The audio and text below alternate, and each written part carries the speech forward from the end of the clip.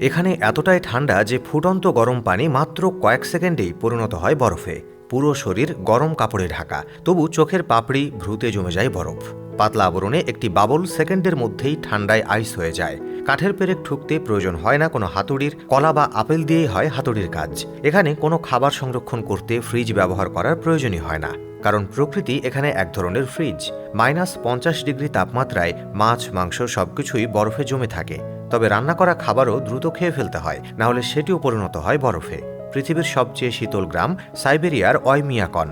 এটি এমনই এক জায়গা যেখানে শীতকালে তাপমাত্রা প্রায় -50 ডিগ্রি সেলসিয়াসে থাকে। তবে ইতিহাসে একবার রেকর্ড করা হয়েছিল -71 ডিগ্রি সেলসিয়াস, যা পৃথিবীর কোনো জনবসতির মধ্যেই সর্বনিম্ন। আর যখন তাপমাত্রা -70 বা তার নিচে নামে, অনেক সময় থার্মোমিটার ঠান্ডার চাপ সহ্য করতে না পেরে নষ্ট হয়ে যায়। এখানে জীবনযাপন করা যেন প্রকৃতির সঙ্গে প্রতিনিয়ত এক লড়াই। তীব্র ঠান্ডার কারণে কোনো ফসল হয় না, এমনকি নিঃশ্বাস থেকে জমে ওঠা বরফের কারণে শ্বাস নেওয়াও কষ্টকর হয়ে পড়ে। স্থানীয়রা বল্গা হরিণ পালন করে, যা তাদের প্রধান খাদ্য। হরিণের মাংস ও স্যুপ তাদের টিকে থাকার একমাত্র অবলম্বন। এ অঞ্চলে গাড়ি চালানোও একটা চ্যালেঞ্জ। ঠান্ডায় গাড়ির ইঞ্জিন বন্ধ থাকলে তা বরফ জমে অকেজো হয়ে যেতে পারে। এ কারণে গাড়ি দীর্ঘক্ষণ চালু রাখতে হয়।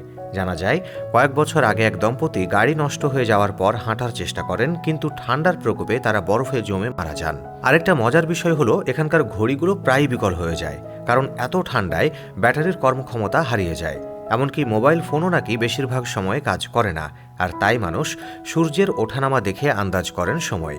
ওয়াকিমিয়াকনের জনসংখ্যা মাত্র 500। তাদের জীবনের প্রতিটি দিন যেন একটা যুদ্ধ। মৃত্যু এখানে কম চ্যালেঞ্জিং নয়।